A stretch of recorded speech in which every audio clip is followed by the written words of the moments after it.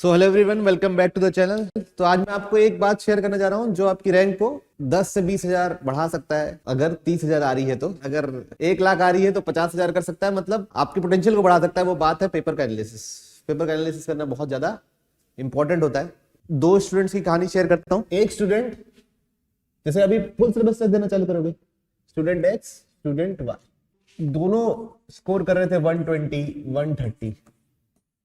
कितना स्कोर कर रहे थे? 120, 130। दोनों एक्स और वाई दोनों ही 120, 130 स्कोर कर रहे थे जब उन लोग फुल सिलेबस टेस्ट देना चालू किए। ठीक, एक महीने बाद एक बच्चा फिर भी 140 और 145 ही स्कोर कर रहा था और एक बच्चा 210, 220 स्कोर कर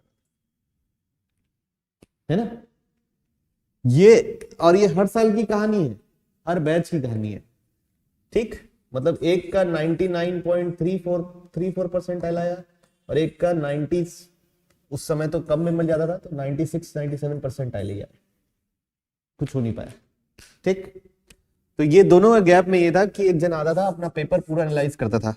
तो अगर आप 3 घंटा पेपर दे रहे हैं तो 3 घंटा पूरा एनालाइज कीजिए। एक पेपर के करेक्शन की अलग से कॉपी बना लीजिए, या अपने जो शॉर्ट नोट्स बना रहे हो या रिवीजन के लिए नोट्स बना रहे हो उसी में ऐड करते जाओ अपनी गलतियां। ये गलत हो गया, या कुछ जैसे केमिस्ट्री बना रहे हो, है ना, इनऑर्गेनिक हो गया, ऑर्गेनिक हो गया, जिसमें अलग क्वेश्चन दिखे आपको, उसको अपने नोट्स में जोड़ते जाओ। उसको जोड़ते जाओ, जोड़ते जाओ, जोड़ते जाओ। जो कॉन्सेप्ट के क्वेश्चन नहीं बने, उस कॉन्सेप्ट को पहले पूरा थ्योरी रिवाइज करो और फिर उसको पूरा लिखो। तो ये 2-3 चीजों का बहुत ज्यादा ध्यान रखिएगा। अगर आप ये नहीं करेंगे तो आपके मार्क्स में इंप्रूवमेंट नहीं आएंगे। तो एनालिसिस के लिए हमें 2-3 चीजों का ध्यान रखिए। पहला, सॉल्यूशन चेक करना जरूरी है। जो भी आप टेस्ट देते हैं जैसे इसका सॉल्यूशन चेक करना जरूरी है, आप बना लिए हो तो भी। क्यों? कोई अदर वे तो नहीं मिल रहा है मेरे को, कोई शॉर्टकट तो नहीं है ये जानने के लिए। ठीक है, मैथ्स में ऐसा बहुत होता है। और कभी कभी होता है कि अदर वे में जो टेक्निक यूज हुई है उससे रिलेटेड उठ के सवाल आ जाता है, जिससे वो तेज बने।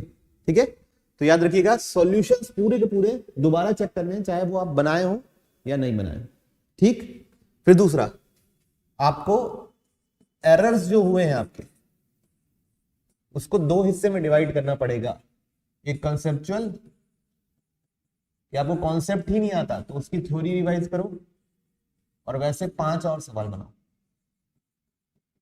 ठीक, जैसे मान लीजिए आप में बेस थ्योरम गलत हो गया, पेपर में गलत हो गया, तो उस दिन बेस थ्योरम की पूरी थ्योरी रिवाइज करो अपने नोट से और 5 सवाल उसके और बनाओ मिनिमम। फिर दूसरा, silly mistake. Silly mistakes chemistry के लिए बहुत ज्यादा इंपॉर्टेंट है। ठीक, सिली मिस्टेक्स की एक कॉपी बनाओ। कभी कभी लगता है अरे यार बस इतना ही था तो अंतर था, ये होता तो हो जाता, लेकिन वो अंतर बहुत दिन तक गायब नहीं होता अगर आप उस पर फोकस करके कमी नहीं पूरी करोगे उसकी।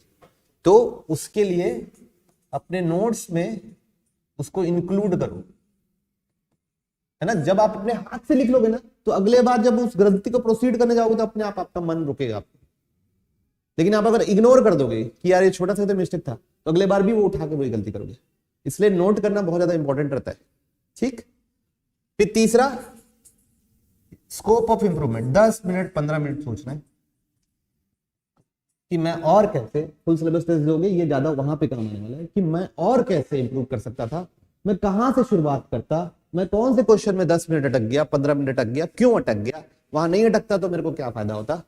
10 से 15 मिनट इसके बारे में प्लीज सोचिएगा। तो अगर आप 3 घंटा टेस्ट देते हैं ना, तो 3 से 4 घंटा आपका एनालिसिस ही होना चाहिए, ये ध्यान रखिएगा। 5 मिनट 10 मिनट का एनालिसिस नहीं होगा जब आप फुल सिलेबस टेस्ट दोगे, अभी शुरुआत में तो खासकर। बाद में जब पूरा सिलेबस कवर हो जाएगा तो आप जल्दी जल्दी कर लोगे। तो इस चीज का बहुत अच्छे से फोकस कीजिएगा, और कुछ नहीं, बस तैयारी करते जाइए, रुकना नहीं है, थकना नहीं है, कॉन्फिडेंस रखो खुद पे, तो कुछ ना कुछ होता ही है ना। बाय।